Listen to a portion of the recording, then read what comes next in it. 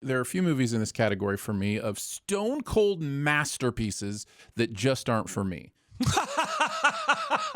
Welcome to Recotopia, a happy home for recommended movies, TV shows, music, video games, foodstuffs, and more from three people you can definitely trust.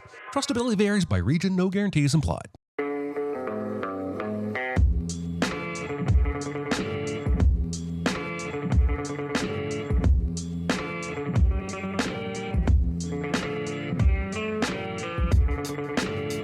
And now, here are your hosts, Chris Atkinson, Jeremy Scott, and Aaron Dicer. It's not fair! It's not fair! All my life, I've been afraid of becoming like him. All my life with you, and it's not fair. You can't just say sorry and make it all go away. It's too late. It's not that easy. It's not fair. It's not fucking fair. Hello, everybody. It is episode 150 of Recotopia. I'm Chris Atkinson, joined by Aaron Dicer, who was bringing up the images today. I don't even know what that was. It was like a hubcap or something. I don't know. It's a Borderlands steelbook. That's what that was. Oh, it's a Borderlands steelbook. Okay. Because that's what you need in your life is the Borderlands steelbook. Hey, I've got one. Can you imagine, like, hey, what would be the odds of two or three of us having a Borderlands steelbook? It'd be amazing. And the odds, yet. All right, and we're joined by Aaron Dicer, and we're also joined by Jeremy Scott. Hello, everybody. And I've introduced everybody, and now I need to welcome chat to the proceedings, and welcome chat. All right, let's go on to our our big recommend today is Before the Devil Knows You're Dead. Can't wait to get into that. And let's get into our small recommends. It's no big deal. Itty bitty living space. It's so small and light. It's small, it's tiny, it's petite, it's wee. Jeremy, kick us off. Yes, sir. I love when I'm flipping through this is probably the only reason I keep the movie channels in cable. I love flipping through the guide, finding a movie I've never heard of, with an actor I know, and watching it and finding it to be great.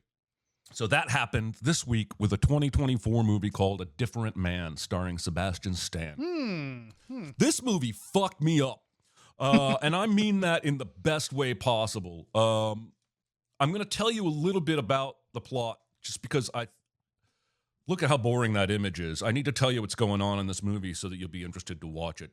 Sebastian Stan is playing a wannabe actor with a condition called neurofibromatosis. This is what they wrongly thought the Elephant Man had. It makes his face look really disfigured, puffy, and melty. And he's a struggling actor. And so he undergoes an experimental procedure to cure this condition. This is the science fiction part of the movie. And it works. Now he looks like Sebastian Stan. And so he tells everybody that Edward himself killed himself and that Guy, is the new guy living in the apartment. And then we cut forward several years, and he's a successful real estate agent, and he finds that his neighbor, Ingrid, the wannabe playwright, has written a play about the disfigured Edward that she knew as her neighbor. And he goes to audition for the play, but he's terrible. Then he finds a mask his doctor gave him that looks like the disfigured face he used to have that he wore in therapy. And he puts that on and goes to audition, and he's amazing. And he gets the role of playing himself. And now here's where the movie really gets weird. Oswald, a guy you've never met, shows up, and this guy has neurofibromatosis. And this is played by an actor who really has that condition. And Oswald is charming as fuck. He is just a swinging dick. He has no qualms about saying what he thinks. He charms everyone. He's everything that Edward could not be when Edward had this condition. So much so that he ends up stealing the role in the play from Edward. And that's all I'm going to tell you. But this movie has so much to say about identity and masks and who we become when we can hide and who we become when we can't. And it lingered with me for hours. And I just had to share with everybody my experience with this film. I went looking for it on best top 10 lists of the year. I only found it on one. But I loved it. It's immediately in my top 10 of the year. This is super intriguing. I'm going to watch this now. It's good. It's great. Everything you said is true. The actor Adam Pearson, who has the real condition, really, I think, is the central crux of how this works when you start to process that this isn't just some sort of Hollywood, fiction idea, but here's a real person that the story, though not a true story, comes a lot from his experiences or things that he's dealt with. And the idea of, it's hard to put the right English words on it, but people use words like self-esteem or self-confidence or, whatever, but how much just being in it, having acceptance of yourself with all of its features, just the fact that we would call them negative or positive says something about us, but of all of our features, just the way we look, what our body looks like, what our face looks like, whatever, and how there's an interesting thing that can happen with that confidence or acceptance that is so much more beautiful than any cultural norm could ever achieve, right? And so the movie really dives into that stuff well. So I think Sebastian Stan is proving himself to want to take some really interesting choices after the MCU, and I really like it. The Apprentice movie he's made is another really interesting choice of his that I think he does really good work in. And I think this performance should have been his performance that was elevated this year over the one in The Apprentice, but I'm glad he's getting some attention for his work this year because he did some good stuff. Aaron, what do you got? I wanted to talk about Steven Soderbergh's Presence as my small recommend. Man, I've always enjoyed Soderbergh movies. Clearly, Ocean's 11 is one of my favorite movies of all time.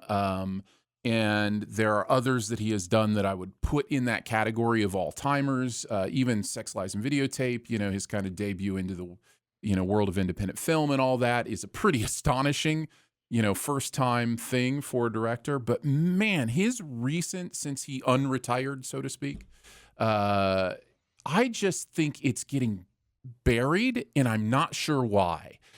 Because he continues to make interesting filmography choices when a lot of directors are taking big paychecks and doing MCU or, whatever. He's just pumping out one or two movies a year, and they're always interesting. They're always very story-focused, character-focused, and he's making interesting editing choices in all of them. And I've just fallen in an even deeper love with him with his recent choices, and Presence continues that trend. I thought it was beautiful. It has so much to say about family relationships and how we have individual narratives within our community, specifically a family community in this instance, that we don't even realize the completeness of the worlds of the people that we spend, all of our time with. And this is an interesting conceit in that I don't think I'm giving too much away. It's right from the beginning. It's pretty easily understood. This is from the POV of a presence in the house. It's called a ghost or, whatever you want. So the entire movie takes place from the point of view of this presence and what they're experiencing with this family, what they're trying to communicate to this family. And I think it's good start to finish for me. I love the way it ends. It also has some sci-fi elements to it that I'm still thinking about and still processing. I thought the performances were great. Lucy Liu's great. Chris Sullivan is great in this, who you may know from the TV show about the family. The TV show about the family. Yeah, that one TV Family show. Ties, Family Matters. About the family. the recent one about the three siblings that were all turning 30 during the pilot. And anyways, he's on that show. This is us. This is us. I was about to say it ends with us. How do you have three siblings all turning 30 at the same time? Are they all watch twins, the show, triplets? Jeremy. Watch the show, and maybe you'll have your answer. They Time for that. two of them are twins, and the third was adopted from the birth unit that their twins were in when the parents didn't show up. So they were all born on the same day. So you give birth to twins, and then somebody's like, "Oh, we don't want our baby," and you're like, "Well, we already have two. We'll take a third." Yeah. Jesus. Anyhow, Presence is great, guys. Presence is great. Yeah, so. I will eventually see this. I love Soderbergh too. It's amazing. Ever since Behind the Candelabra, when he said he was not doing movies anymore, he's made 15 since. Yeah. So, so it's it just goes to show you can say you're going to retire all you want, but when you're like sitting there for a week doing nothing, you're just like, but I like making movies. Let's do this, and So it's like these are, in my opinion, these are all good to great movies. High Flying Bird, The Laundromat, Let Them All Talk, No Sudden Move, and Kimmy, and that's just within the last 4 years. Like it's I don't know. I'm just so impressed by the way he's able to just crank out great stories. Did he direct all those, or are those all are those producer? He directed all those, I think. He directed all of them. I believe so. Yeah, That's I haven't great. even heard of most of those, just so you know. Yeah, That might that's be what part I'm of the problem. saying. That's why I was wondering if some of those were producer credits, but if he I wouldn't be surprised. There was a show he was on that he did like The Nick. all the episodes. Yeah, he did Nick. all the episodes. That of was the Nick. during his retirement. He did the Nick Yeah. on TV. Yeah. Yeah, so guy Which is an likes to incredible show, direct, by what the can way. I say? So Yeah, I've heard. I want to see it. I actually saw a breakdown of the Nick a week or so ago. I'm like, oh, I need to watch that. yeah. All right. I have another movie that has a similar kind of perspective, like Aaron is talking about here. I guess I think the way you described it here, like Nickel Boys has this unique perspective of two people where you see it from their POV, their literal POV throughout the whole movie, meaning you don't see them in the shot and you just see where they go and what their eyes see all the way throughout. And it takes a second to get into when it starts, because it's like what's actually going on, and they're kind of like advancing the story through some very subtle things. It takes a while to get to what the story is about. But it mainly follows this one guy, Elwood, for a bit, and he gets arrested in Florida, and he's taken to this jail, but it's a school. Maybe it's a really, really loose version of a school where I guess they're supposed to rehabilitate the people that are in there or whatever. Of course, he gets arrested for some bullshit. This is the 60s, and Elwood is black, and he runs into another a friend named Turner who's black, and there's a segregated section of this jail where it's all black people, and then there's also white people, and of course the white people are treated very much differently in this school. And you realize very early on that the punishments for the black people in this school are very harsh, and they're very hard to even hear about, much less see later on in the movie. What the movie does is it focuses on these two friends and how they deal with being in this place called Nickel Academy, and you get peeks into the future where we are given the behind the head perspective of Elwood as he is going through, and he's apparently has become a boss at a moving company or something like that. And we are seeing him research things into the school some 20, 30 years later or whatever. And of course, his research into the school, the news stories that are coming out are atrocities that were committed at the school. So the movie just keeps kind of going back and forth between this, and you have this realization as you're watching it that one of these kids may not make it out of this school by the end of it. And so I will leave it at that. It is one of those very harrowing race stories that I think has a very unique perspective.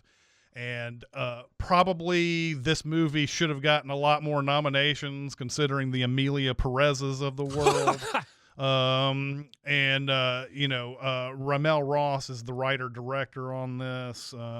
And I believe this was based on a true story. And there's even a sort of a mention, though, that there were a lot of these type of places back in the 60s that people were sent to. So It is harrowing, and it has a lot of like stuff in it that's going to depress the shit out of you, but it is a well worth it movie to watch. I would highly recommend Nickel Boys. I highly recommend it as well. It is in my top 5 of the year. It is just the way. So there are many times when a awards baity type movie, I'll go, okay, I see the artistic choices you're making, but they feel like you're just making them because they're artistic choices, whether it be an aspect ratio or black and white or, whatever it might be. And you can throw, around words like pretentious or, whatever. This movie's, the way it uses perspective in this movie is such a specific story and thematic choice. And the way it changes perspective throughout the movie is such a specific story and thematic choice. I loved it. It gives you exactly the emotional stakes that you need to understand the depth of this story. And I don't want to go into too much more detail because I don't want to spoil those moments for anybody. But yeah, there's some really, really great artistic choices in this movie that just make it next level. I basically went into this with no idea, really. I just heard some good things about it, and that's it. And, yeah, again, highly recommend this. Yeah, there you go. Let's go to our big recommend. It's Jeremy's, and it's Before the Devil Knows You're Dead. And, Jeremy, take it away. I'm fine. It's just that you're so big. It's so huge. It's a good rule, but this is bigger than rules. It's bigger on the inside. Is it? I noticed. All right, everybody. Before the Devil Knows You're Dead has come from the famous Irish phrase, that may you be in heaven for half an hour before the devil knows you're dead, as Paul Newman says in Road to Perdition. We open, as all good movies do, on a sex scene, as Philip Seymour Hoffman has sex with Marissa Tomei, who is not Aunt May, but he is also having sex with his own reflection. Afterwards, he jokes about how they're suddenly an old married couple. They kind of seem happy. They talk about Brazil, but there are hints that not everything is rosy in this relationship, and she's looking for more, something more. Then we get the title card and cut straight to the day of the robbery, and this movie is going to jump back and forth in time in an effort to make you dizzy. We see the family matriarch, Rosemary Harris, who is not Aunt May, dropped off at a jewelry store. A man in a mask with a gun comes in and robs the store. While robbing the diamonds, he continues to point the gun at her and order her around, but eventually he's distracted enough. She grabs a gun from the open drawer and shoots him. He shoots back at her. As he stumbles out of the store, she shoots him again. And then we cut to getaway driver Ethan Hawke, who was actually the star of a completely separate movie called Getaway, panic and drive erratically out of the parking lot. Next, we cut to a youth girls baseball, softball type game, and we see Hoffman's character, who is Andy, and Hawke's character, who is Hank, before Hank takes his daughter home to his ex-wife's apartment, where she chides him for literally everything, though I kind of get the feeling he deserves it. She asks about what he fed the daughter, about sunblock, and about the money he owes her. Hank then meets up at a bar with Andy, and we find out that they are brothers. Andy immediately pitches Hank on a heist, but won't tell Hank anymore until Hank commits to the heist. We do not see that happen. Instead, we see Hank leaving work, presumably the next day, to go have sex with Gina, Andy's wife. I'd love to see the origins of either of those relationships, because neither of them really makes a lot of sense to me. But anyway, next we see Hank nervously watching his daughter in a school play and cheering for her. Then after the play, she asks him to pay for a school trip to something called The Lion King, which I presume is a Broadway show of some acclaim, because she really wants to go. He agrees, but we can see in his eyes that even the $130 for this trip is going to be hard for him to come up with. The next day, I presume, because this movie doesn't really tell you a lot in terms of how much time takes place, Hank calls Andy from down the hall by the coffee, and Andy says, come to my office, and I guess they work together. The movie doesn't really give us much more than that. In this scene, Hank agrees to the heist, and then Andy makes him agree again while showing he's not crossing his fingers, because we're children. Here is where we learn that it's their parents' jewelry store that Andy intends to rob. They both used to work there. They know the security codes. They know the safe combination. They know where everything is. And hey, business owners, change your safe combinations every, I don't know, time somebody quits, maybe? Hank doesn't think he can do the robbery, but Andy tells him they both need money, and this solves everything for both of them. He gives him $2,000 in cash and says, see how far just that much goes for you, then imagine the rest. Hank immediately goes and pays some of the money to his ex. Then, on a solid run of stupid decisions, he goes to see an acquaintance at a bar and pitches him on doing the jewelry store robbery together. Time is really moving at an ambiguous pace, but I think a day or two later, Hank picks up the friend, whose name is Bobby, who needs to smoke some weed before they go for the heist. Then in the car, Bobby laughs after Hank puts on a ridiculous-looking disguise, and then decides that Hank isn't cut out for this, and he, Bobby, is going to do the thing, and he flashes a gun. While they wait for the employee to come open the store, Bobby puts in some pump-up music. Then a UPS truck and an employee partially block Hank's view, so that he can't see it's his own mother opening the store and not the expected employee. He also doesn't recognize the car. We can talk about that later. I've got my theories. We see Bobby go in, but we keep on Hank's perspective this time throughout the robbery. He hears the gunshots. He sees Bobby shot coming out of the store, and he leaves in a panic. He goes to a dingy bathroom to wash his face, and then he calls Andy and tells him it all came apart. And then we cut back to 4 days earlier as Andy is on the phone in his office. He then does some blow, and now we know why Andy needs money. Then he goes to a meeting to learn that the company is being audited, and his department, payroll, is up first on Monday. And by the look on Andy's face, I think we have an even better understanding about why he is in desperate need of money. He then grabs some cash and goes to the skyscraper of sin, visiting an apartment where an armed man in a kimono answers the door, and where Andy gets drugs shot into him by that man, who is some kind of a professional needle person. He pours himself a drink, makes himself absolutely at home while undressing, ends up in the back room on a bed, and Kimono Guy comes in and administers the drugs. And when he grabs the drugs and puts the money in the safe, we see probably more money and value than they are going to try and steal from the jewelry store. Now, I'm not a drug knower. Okay, I know one drug, but I think this is heroin that's being administered to Andy. But I don't think it's super important what the drug is. Sometime later, we see him relaxing in the living room, rambling to himself about real estate economics and how everything adds up on the spreadsheet, but in his life, the parts do not add up to one me. To which Kimono Guy says, get a shrink or a wife. We cut to a post-sex bed of Andy and Gina, as Gina says she's a lousy cook and a lousy lay, and she doesn't know why Andy keeps her around, and I'm confused, but I'm going to go with it. He says, what if I could get us back to Rio to live? And she starts scoffing and nitpicking his ability to do so.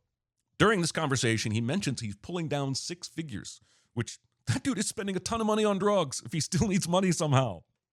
Gina mentions that she knows there's no extradition between Brazil and the U.S., and now we think we know why Andy is talking about Rio again.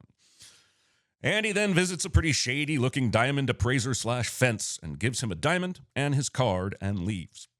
Then he goes to give Hank the $2,000 from earlier. Then we see him giving Hank the $2,000 from earlier, but this time the scene continues. Hank says, how do we start? And Andy says, you're the one doing the heist, buddy, because of this big real estate deal that is probably fictional. I would be recognized if I was doing the heist, so I can't risk it. Has to be you. Then he bullies Hank, calling him a baby. And then he starts complimenting and building Hank back up. And this is sort of abusive behavior, but you get the sense that this has been their relationship for maybe most of their lives. Also, side note, Andy is an asshole. I do love when he gets right up into Ethan Hawke's face, and you can see Hoffman's eyes darting back and forth from Ethan Hawke's eyes. You can see Hoffman's eyes. Sorry, I'm getting everybody confused here. Hawk and Hank and Andy. We again see the call when Hank calls Andy to say the robbery went bad, and then we cut to the hospital where both men show up and realize it was their mother in the jewelry store during the robbery who was shot. And as their father tries to explain what happened, we cut back to the father's perspective prior to the robbery. This is Albert Finney, and his name is Charles, and his wife, Nanette, is telling him she has to go to work at the jewelry store because Doris, the normal employee, has to babysit and can't come in until noon. He says he'll drop her off and pick her back up after his driving test. And no, the movie does not explain why Hank didn't recognize his father's car. I guess it's implied maybe the sons don't visit very often. I'm a little confused about that car. We can get into it. But when Charles goes to the store, he finds the police and the crime scene and learns that his wife was shot. At the hospital, back to the current time, we learn Nanette has no brain activity. Back at home, Charles retrieves the mail and reads about the robbery in the newspaper and all about the dead robber.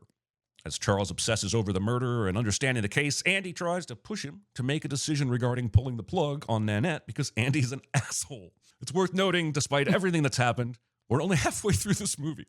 Charles leaves the police station and crashes into a police car. Then we see him finally decide to pull the plug on his wife, saying, "Let her go." We then see the funeral at the cemetery, where I feel compelled to point out there is a priest presiding, and yet he did not bring a children's choir with him to the funeral, as the movie Beetlejuice suggested was common. I'm sorry. I have no idea why I've currently got that movie and its questionable decisions on my mind. I know. It came out as our video today. Oh, did it? Yes. Oh, I didn't know when it was coming out, so I was trying to be coy. After seeing Charles on the phone, frustrated with the police investigation, we jump back to Hank calling Andy to tell him the robbery went bad. After that call ended, and after they'd visited the hospital, we see Andy call Hank and demand a meetup, where he grills him about Bobby's involvement, and Hank hilariously leaves out the fact that Bobby's wife, was absolutely in the apartment and saw Hank and knew they were doing a heist. A crucial line of dialogue in this bar scene is Andy saying, if you had to take somebody out, why couldn't it have been him? Which hints that there might not be a great relationship with Dad. When Hank gets home, he has a message from the car rental agency saying he left some personal items in the car he had rented. He panics, calls them back, only to find out they're closed. And then he goes there the next morning to reclaim his personal items because he doesn't know what he left in the car. He thinks it might be a CD, but he doesn't have ID. At a bar later, he's approached by Bobby's girlfriend, wife, and her brother, Michael Shannon, who is not Zod, and they shake him down about the robbery and Bobby's death. Hank tries to claim he only rented the car for Bobby, but they're not buying it. This is a good time to remind you not to go into crime events with people who have wives or girlfriends or daughters. Just FYI. Anyway, Bobby's widow's brother is a real hard ass and demands $10,000 for her bills or else. In a humiliating act, Hank goes to his ex to ask for a loan, and she laughs in his face and he says, tell our daughter I love her. And she says, if you loved her, you'd pay the child support. And I think she might be right. When he can't sleep, Hank pours way too many pills into his hand, seeming to consider suicide, before immediately putting the pills back in the bottle. Hank then later goes back to the car rental place to get the CD, has no ID, but they will take his credit card as proof of his ID. He shows them a credit card with his name on it. I guess that's, well, you got the card, you must be him. I mean, to me, it was like you called the person about a personal item, which just happens to be a CD. Just give him the CD already. Like I didn't even know why we needed to go through all this. Yeah, I don't either. Andy calls Hank. We cut back to the day of the robbery from Andy's perspective and hear a voicemail about the auditors coming in on Monday, which is tomorrow as we stand. Maybe. Andy then brings tea to his father along with a slice of cold pizza and asks if he's given any thought to the stone, meaning his mother's headstone. Checking his voicemail, Andy learns the auditors say there are 2 terminated employees who are still drawing checks. And obviously that's Andy doing malfeasance, but goddamn, how much does he spend on cocaine and heroin? Andy then goes back to the skyscraper of sin, but is turned away because he does not have an appointment. He smokes a cigarette outside, sweats a bit, and then gets let into the apartment because Kimono Guy throws a towel at him and says, next time, make an appointment. And I think there's a whole documentary in here about these high-end concierge drug penthouses that I didn't know existed. Then, arguing with his brother about why was there a gun, why are you so stupid, Andy asserts his dominance over Hank and says, are you going to get tough? Are you going to hurt me? I should fucking kill you, he says. We then cut to after the funeral at the house where Charles and Andy talk out back. And there's a really interesting framing here after Charles sits down where we can see Gina inside the kitchen in the window between the 2 men who are outside. There's a lot of interesting shots in camera work in this movie, but that was the one that stood out to me the most. And in this scene, Charles apologizes for not being the father Andy needed and for not being good at emotions. He confesses that he pushed Andy so hard because he wanted Andy to be better than he had been. He says, it might not mean anything, but I do love you, and I'm sorry.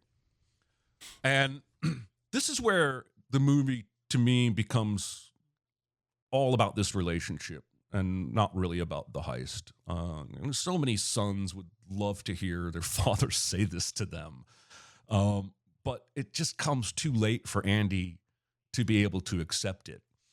So he expresses anger that his dad liked his brother better and gave Hank affection. And then he says, "Are you even sure I'm your son?" before Charles abruptly slaps him in the face pretty darn hard. Then in the car, immediately afterwards with Gina, Andy breaks down crying and pulls the car over and goes on an emotional rant about how unfair it is that his dad thinks he can just apologize and wipe away everything that had ever happened between them.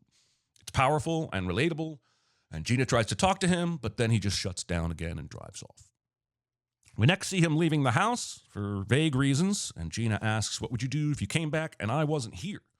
And he coldly says, "You got someplace to be?" He goes to Hank's, but gets no response on the buzzer, and then returns home to find Gina has packed her bags and states her intention to leave. She even admits her affair with Hank, completely throwing Hank out of the bus.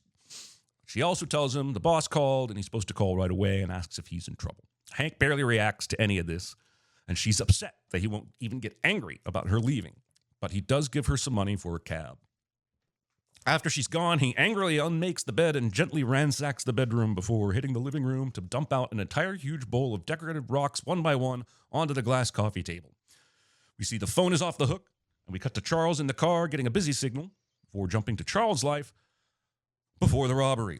No, it's not before the robbery, sorry. He removes a gun from an envelope ominously, then gets in the car and goes to the same jewelry fence we saw Andy visit before, asking if he's heard anything about a recent robbery. They clearly know each other from the past. Before Charles, I guess, went straight with a jewelry store, he might have fenced some jewels with this guy. The fence shows Charles Andy's business card, and Charles is rocked, falling to the ground. Next, we see Hank call Andy and tell him about Bobby's girl and her brother and the blackmail. Andy promises to figure something out and immediately lays down to take a nap, only to pop up suddenly, check his passport, and start to pack a bag. Outside, he waves down a cab, and we see that Charles is now stalking and following his son, Andy. Andy goes to his office, grabs some stuff, and largely ignores a woman there, telling him that she's going to have to tell the bosses he's been by. He then visits a travel agent, and then he goes to Hank's. His plan is to go to the blackmailer's house and maybe pay him, maybe not. And again, I love the camera work in this scene because we get two alternating, handheld, kind of slow zooms on each character, Hank on the left and Andy on the right. And it really emphasizes the back and forth and the power dynamic. They hop in a cab. Charles is still following. Before they can go to the blackmailers, though, they go to the Heroin Hotel. Andy bum rushes the kimono guy because he is now finally desperate enough to rob the drug dealer. Hank stops Andy from beating Kimono to death. They go into the back room and find a drugged out man who Andy immediately kills. Then they rob Kimono's safe, which turns out to have been a checkoff safe all along. Kimono shows up, and then Andy kills him. Hank is shocked, and Andy just keeps yelling, "Did you touch anything?" Honestly, if they'd been okay with murder all along, this was a much better robbery idea than the jewelry heist, if you ask me. Next, they go to Bobby's apartment to meet the girl and the blackmailer. Charles is still following them. Hank gives the money to the blackmailer, but then Andy pulls a gun and asks how they can know he won't just keep blackmailing them. The girl comes in the room and spies a gun in the pizza box before Andy shoots the blackmailer. Hank tells him no more deaths. He hears the little girl crying in the other room. He doesn't want Andy to shoot the girlfriend. So Andy turns the gun on Hank and tells him, "I know." Hank apologizes and encourages Andy to pull the trigger. But before he can, and I think he was going to, the girl shoots Andy and tells Hank to get the hell out of here. So Hank drops some cash from the bag for her and leaves in a panic.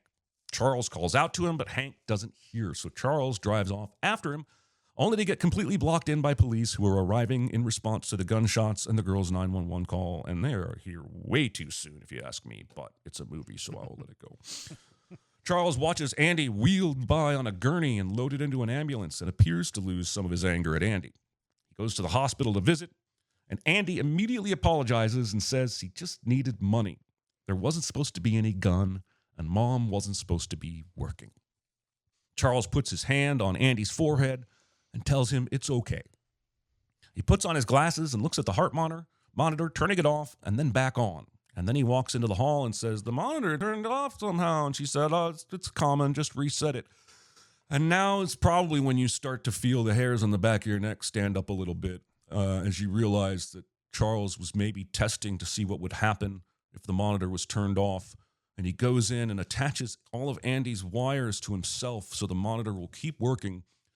And then he grabs a pillow and he smothers Andy to death. Andy tries to fight back, saying, "Dad." And that is some premeditated shit that Charles should go away forever for, but he merely replaces the sensors in the air tube and goes into the hall, panicking about his son's heart stopping, and walks away as the medical professionals race into the room. And I think it's worth talking about how this man is evil and was likely an evil father who raised one evil son and one stupid one and brought all this on himself. Brokenness begets brokenness. I also think it's fair to compare Andy's apology at the end and Charles' lack of acceptance to Charles' apology earlier in the movie and Andy's lack of acceptance, as though an apology can wipe away all the harm done. And that is Before the Devil Knows You're Dead. Boys, what do we think?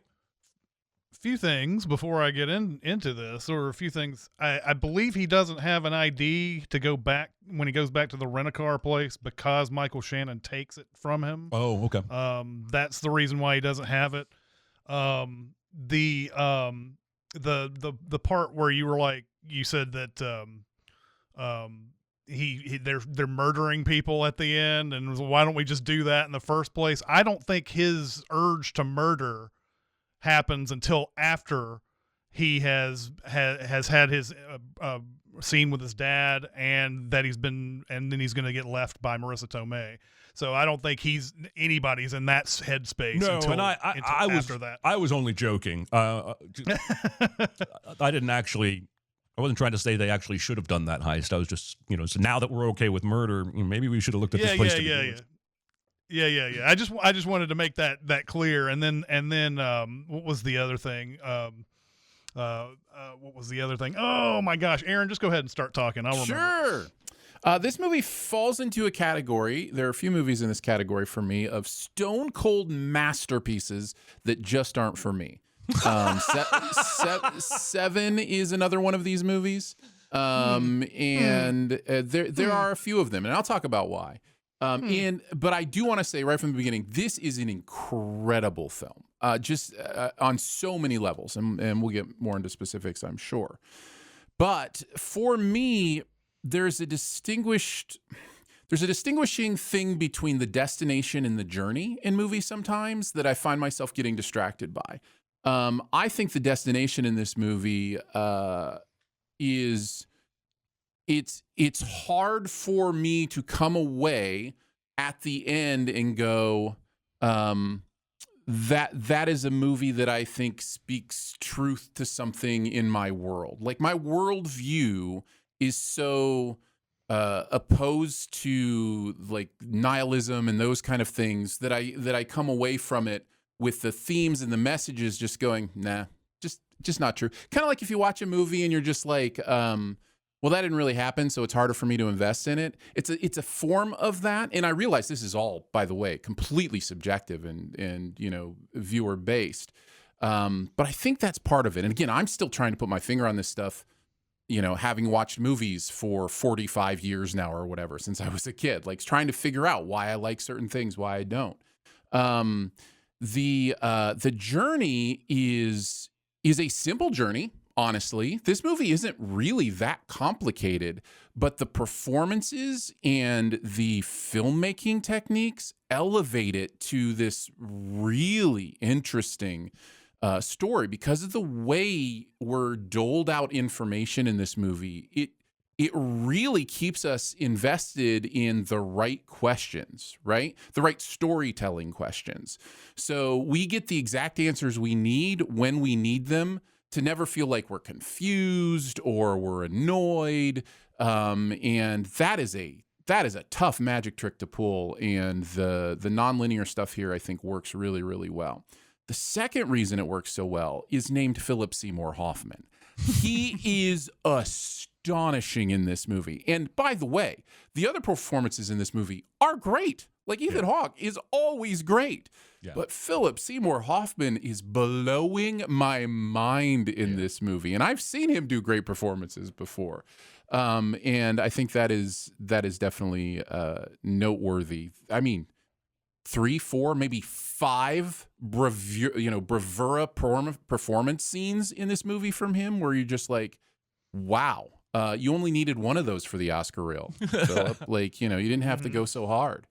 But I'm glad you did. And so yes, I think it is absolutely a stone cold masterpiece of filmmaking.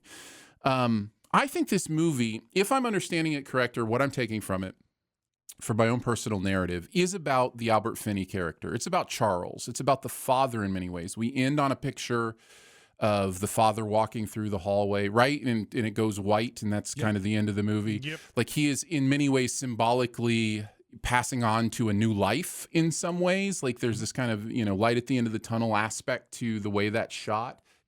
The central scene, in my opinion, is his scene with the fence, with the diamond fence. And the things that guy says to him about, oh, you thought it was so easy to determine who was good and who was bad and what morals were. And it's so easy for you to look down on me and the decisions I made. Well, look at this business card, buddy. Guess what? Your world just crumbled. And you know what? The movie says his world did just crumble. And the fact that his world crumbles and then he makes the premeditated decision he makes at the end of the movie is, I think, a really clear statement that this movie is making about, is there good in the world? And I think the movie would say no, probably not.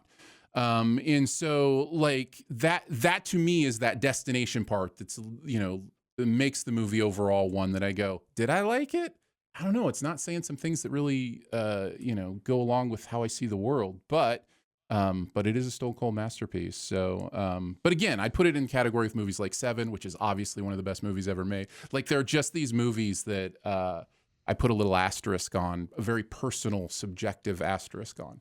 So yeah. Is it because of human nature's ability to be that kind of evil, or what is it? It's more that the movie seems to indicate that is the majority, or that is, like, it feels to me oftentimes that there are movies that indicate, because the movie is very specific about his world crashing and his worldview being wrong. I would say Seven does that. Seven clearly does that, because there's nothing good in that world whatsoever. Right. Yeah. And even in the small things of Seven, you can see that everybody's kind of just checked out, and they're gonna. I don't know. This one seems to be very located on this family more than everybody else. Although, yes, everybody they run into is a piece of shit. so I mean, it felt very located on this family to me, whereas Seven builds a world that says everybody's fucked. And the other piece I would add, just saw this movie yesterday for the first time. I've had 24 hours to ruminate on this. Like, I may come back next week and go, you know what? I was totally wrong the more I think about this.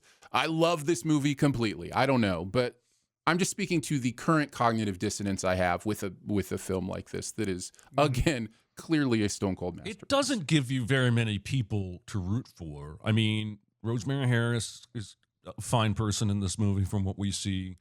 The daughter and Amy Ryan gives him a hard time, but I think we can extract that is probably more than 50% his fault that she is in the situation she's in. And so maybe I could root for Amy Ryan's character, but almost everybody else, I got big question marks about their decisions and their life choices. It's hard for me to root for any of them. And I do like to draw the distinction too, because I will hear people say, oh, the movie didn't have anybody to root for. That's not exactly what I'm saying, because there are plenty of movies I like that don't have anybody to root for. Sure. There are plenty of movies with anti-heroes that I enjoy. There's just something about an overall worldview part that gives me that cognitive dissonance, again, that I'm still processing. So, yeah. I mean, this is, I think all the decisions make sense when you talk about people who are not versed in crime going into something that they think is going to be super easy. It's going to just be like, Andy sits there and thinks, oh, all I have to do is get my stupid brother to go in and knock off this jewelry store that we know very well and everything, even though while he's telling him all this, he's calling him a pussy and all this other type of stuff, you don't have the balls and all that. And then he really doesn't. Yeah. He really doesn't. He expects this guy to go in and do all this stuff, but at the same time, he doesn't want to have everything come down on him. So he thinks that, maybe this guy's desperate enough finally, because he's paying all this child support and everything, that he'll actually do this. It's so easy. Just go in and smash and grab, and, and our parents get the insurance money. What could go wrong is basically what it is. But then Hank goes and gets a buddy of his that fucks everything up. I mean, it's a series. It's a series of innocuous decisions that turn into really bad decisions by the end of it. It's not plan A. Nothing we see in here is plan A. It gets further down and further down. So I do agree with the way this is, because I think this is how people who are not versed in knocking off jewelry stores would do it and mess it up and everything, and be so panicked that they left a CD in a rent-a-car like that was going to do anything, and spend a whole bunch of time on it. The other thing that I wanted to talk about, as far as the synopsis was concerned, was that Andy definitely needs drug money. There's no doubt about it. That's like, he's going to some very high-end place there. That apartment that dude lives in is probably, I can't even venture to guess how much money a month Right. that huge place in Manhattan is. You're talking probably 6 figures a month at least. To be able to afford that and to have, basically just to have a nice place where you can just lie down and get injected by someone else. The cost has got to be astronomical. But how he's been funding this the whole time is that he has there's 2 employees that don't work at his place anymore, and he's been drawing checks from them, and the business is getting audited. So that's the reason why he needs the money right now, is because they're getting audited, and that's going to be discovered, and he's going to get fired and all that. So like that was one thing that I wanted to make clear on all this. I think it's interesting, all the different decisions, these little things that keep building up to a big, huge thing. And that's one of the things I love about this movie, is just the fact that innocuous things start to snowball very quickly. And I just, I love how this movie's told. I love that flashback feature when they're zooming in on people and it's and it goes to the next thing. You can't come out of this movie without saying Philip Seymour Hoffman, right? This is what Aaron was talking about, and the scene in which he's in the car and he's saying it's not fair and all that type of thing. I watched this scene. I immediately had to pause the movie for a moment. And I went to the IMDb, and one of the first things on the IMDb trivia was Sidney Lumet said this was the best acting he's ever run across in his life. Wow. And you're talking about Sidney Lumet, who's made 1 million movies with all the best actors in the world, and he thought this was the best performance he had ever seen, is that one in the car, because that's just a person breaking down in a very just a tremendous way. And I don't know what you got to do to get into that kind of mindset, but Philip Seymour Hoffman does basically just run away with this movie, in a movie filled with great actors and everything. It's kind of, I got to listen to I got the Blu-ray of this, and I got to listen to Sidney Lumet and Philip Seymour Hoffman and Ethan Hawke talk about this movie on the commentary. That is well worth getting a Blu-ray if you ever want to see this, own this movie or whatever. But they go through all the little nuts and bolts and talking about how Sidney Lumet setting up these shots, a lot of the shots that you guys were talking about in this, and they were remarking how great some of these shots were, and Sidney Lumet's like, yeah, I kind of like this. This is I don't want to pat myself on the back or anything, but this is my favorite shot. Like the shot where it's zooming in on Albert Finney and the whole family's there, and he decides to pull the plug. That's the one that they're talking. He was like, oh yeah, I hate to pat myself on the back, but this is my favorite shot of the movie and everything. And everybody's like, yeah, pretty good, really good shot. It is kind of I don't know. It's kind of sad watching Philip Seymour Hoffman's character in this because of the drug thing. This is exactly how he died, I believe. Not necessarily in a beautiful Manhattan apartment where they're furnishing this type of thing. But that was rough, watching him go into that room and get injected with the drugs, and then basically all that. So that was a one sobering thing. I don't mean to. That was not a pun intended, but that was a thing that I saw that I was I was like, oh my God, they had no idea. This is one of those things that plays completely differently after you know what's happened. But anyway, yes. Love this movie. I'm so glad you picked it. I had not seen it since it was in theaters, so very happy to have revisited this. So, all right, let's go on to our super secret double feature. Mm-hmm. Be very, very quiet. Secret? What secret? Our dirty little secret. I tell you something I've never told anyone. Aaron, what do you got?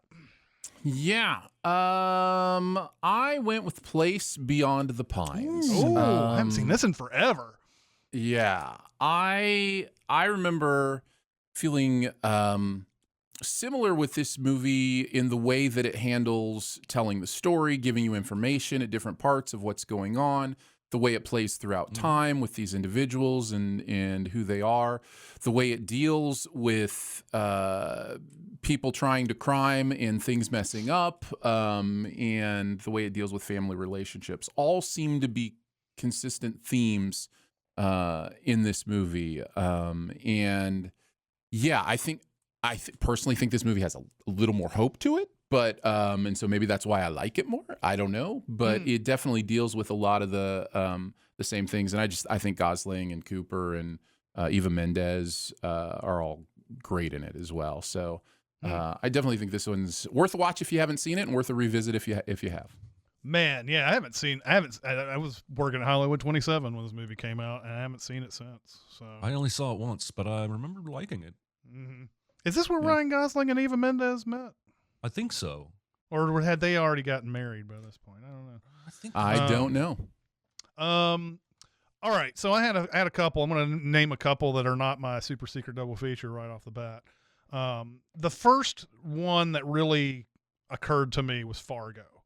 And this has to do with not only the story here, where you have William H. Macy is planning a fake kidnapping of his wife, and he hires two people to do it, and everything gets screwed up. The stories really do kind of like have a lot in common. Like a guy who thinks something's going to be simple to get money ends up making decisions that screw everything up, and it's another snowballing movie. And again, pun not intended. I'm not trying to be Dicer here. Snowball, Fargo. But the Carter Burwell score really kind of, I feel like Lumet had to have been, after watching Fargo, said, I'm gonna hire this guy for this particular movie that has similar themes to it and everything. So all the way through, the score is like got those hints of Fargo in it all the way through. Like this is Carter Burwell and his crime movie, pastiche or whatever you want to call it. And then I also thought of To Die For, which was the Nicole Kidman movie. It also has some I guess like some feel a feel like this movie a little bit in places. But I ended up, we're gonna do a Philip Seymour Hoffman double feature here. I have Owning Mahoney as the super secret double feature. In this movie, Philip Seymour Hoffman is a banker who is stealing from his company, just like he is in this movie, and he uses this money to gamble, and he gambles to a crazy amount. Like you see him right at the beginning calling his bookie and saying, I want to take all the home teams during the day and I want to take all the away teams at night. No thought put into any of that stuff. But his real vice is going to the United States, because it's based in Canada, going to the United States and going to a casino and playing craps. And that's where he really gets addicted to his gambling and everything. And the casino owner is John Hurt, and it's really, really good. But I feel like if you want to see two back-to-back Philip Seymour Hoffman performances that are just, there's a scene in Owning Mahoney where he's bowling and he's like, he doesn't want to be there. He wants to do craps. He wants to gamble and all this other stuff, but he's giving it the college try, man. He bowls, he throws the ball down the lane and it goes in the gutter and he's like, huh. And he turns around and he's like, and like, basically you can tell that, I'm trying, I'm showing that I love this, but I get to get out of here right now. Basically he leaves bowling right after that. So It's just a thing that I love. Philip Seymour Hoffman is always just great in everything. And I don't know if anybody's seen this movie. This is hard to find sometimes, but I think this. I've seen it. I loved it. That's a great double feature. I like it. I like it a lot. Yep. Nice. Okay. Next week it's Aaron's turn. Aaron, what is the homework for next week? Well, I decided to think in terms of master directors with a story about somebody being chased. That seems to fit the theme of the two movies. If you stretch Devil Knows You're Dead. So I went with North by Northwest, Hitchcock's okay. Absolute the classic masterpiece. Banger. Yeah. This is in my top 5 favorite movies of all time, consistently in my top 3. And it is my favorite Hitchcock movie, and I think it's time. Yeah. So, yeah. Talk about scores, man. This is another good score too. Yeah. Bernard Herrmann can't beat that guy. All right. Well, I can't wait to see this. Even though I've seen it probably 15 times, I can't wait to see it again. This is as good a movie as it gets here. So anyway, where all did you say that it was playing? My Googling said it had to be rented, but the chat is saying Criterion Channel. Okay. All right. Well, that's going to do it for this week. Once again, chat, thank you so much for coming out. Appreciate it. Just love it when you guys are like talking all the way through. It gives me something to do while I'm, listening to the synopsis and stuff like that. I love that type of thing. So anyway, thank you guys for coming out. Next week is North by Northwest. We'll see you next time. See ya. Bye. Bye, guys.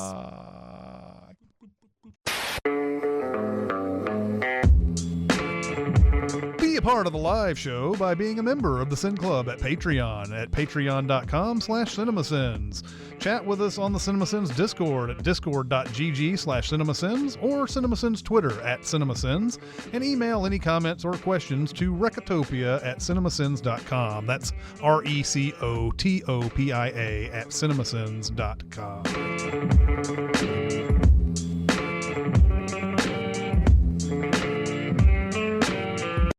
Listening to a interesting podcast on the legalization of sports gambling and its effect on culture,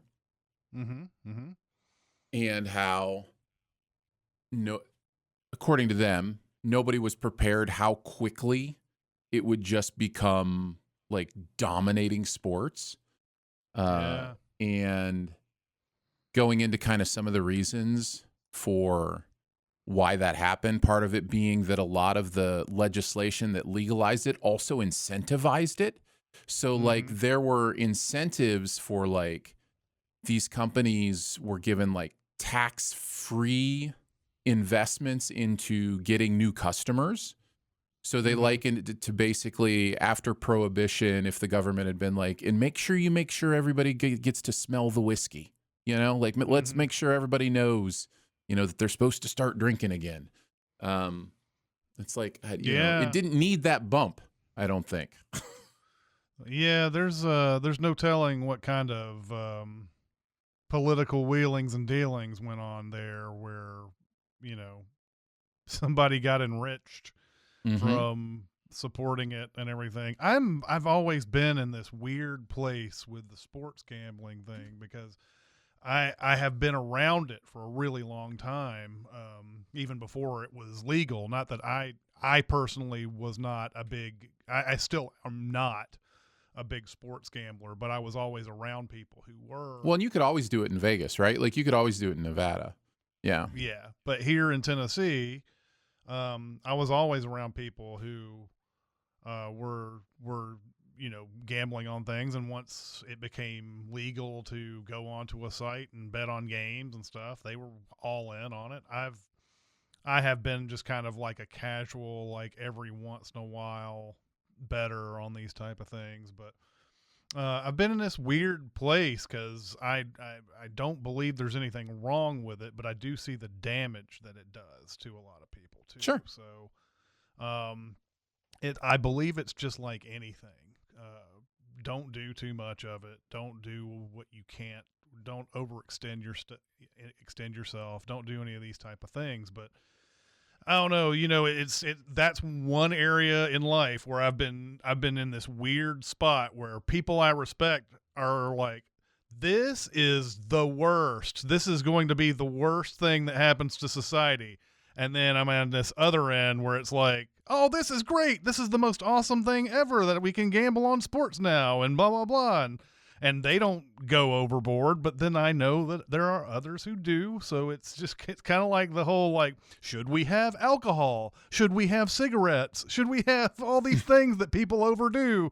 And, I think it always comes down to personal choice and that type of thing. Do we have to limit everything that people get into? I don't know. Not here to solve that problem. It might be your penis. No, could be. I wondered why it was coming from my crotch. So that's a good clue. I appreciated that. It's scary to me, Jeremy, that you knew that and I didn't. But Well, not my first beeping penis rodeo.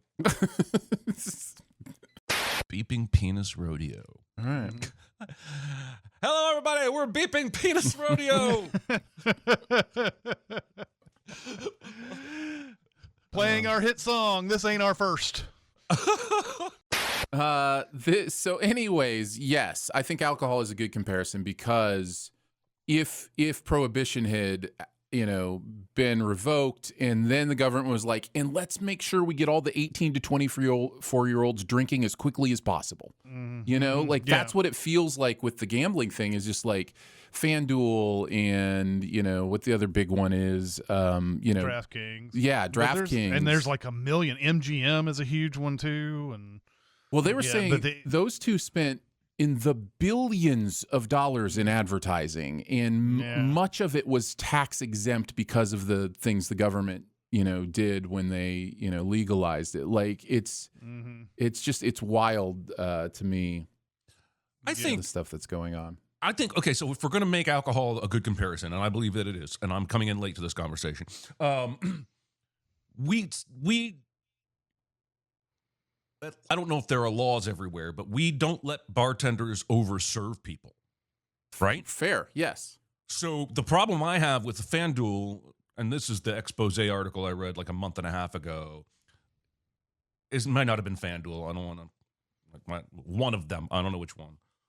But basically, they know which people have gambling problems, and they aggressively target them with like, hey, I just put $100 in your account for free. And they're over-serving the gamblers. Yeah. So I think there should be access to sports gambling if you want it, but I think we need to rein in the dirty tricks they're doing to bleed people dry when their algorithm detects, oh, this guy will never stop.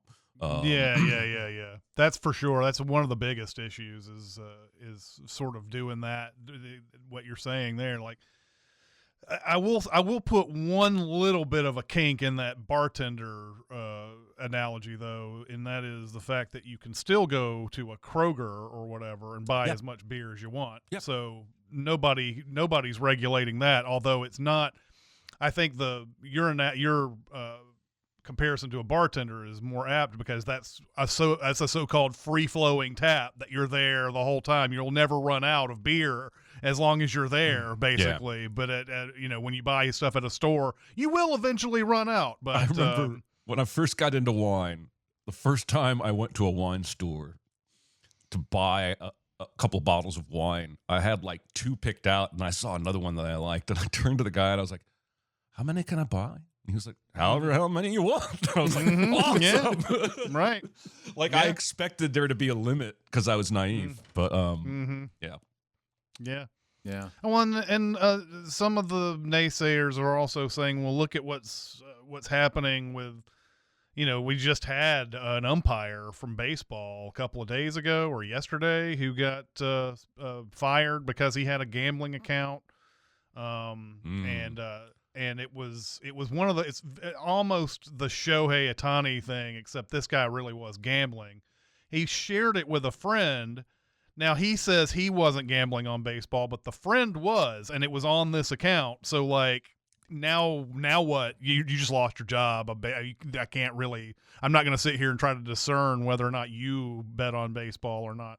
And that Shohei Ohtani thing too is another one. Although a lot of these guys, if you're going to gamble, I feel like even if there was no DraftKings and FanDuel and all this other stuff, people are going to find a way. That Pete Rose is one of the biggest gambling scandals of all time, and he didn't have any DraftKings and whatever back in the day. Even the Shohei guy, I think he was betting with a bookie. I don't know that he was betting on DraftKings. Yeah, he was betting with a bookie. It definitely, I don't think it was, he went into a DraftKings account it's under wild, Shohei man. Ohtani. When I was managing a 10-screen theater in 2003, 2002, a couple of the managers and a few of the employees would regularly bet on football games, Sunday games. Mm-hmm.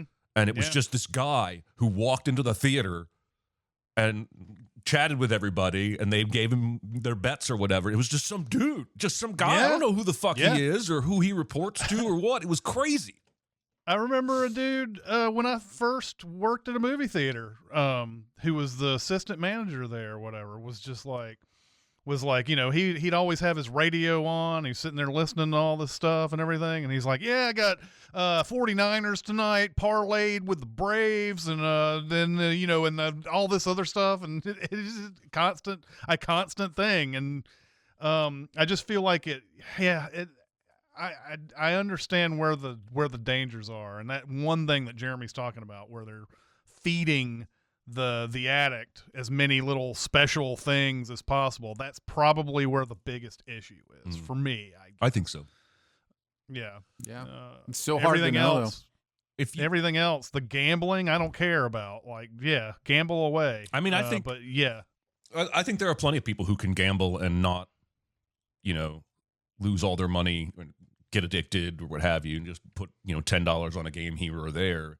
But not everybody. And if we're exploiting those people who can't stop themselves, I mean, like the guy in the article I read, did sold reverse mortgaged or something in their house with his wife not even knowing, and just wrecked his wife's future for decades because he just couldn't stop. I mean, it's just ugh. But this isn't it.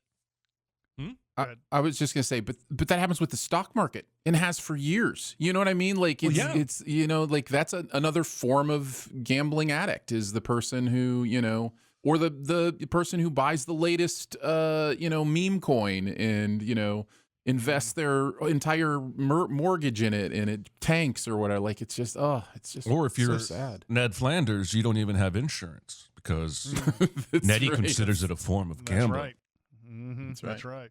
This is I can't say why, but this is a very, very apropos conversation for something that's going to come up later.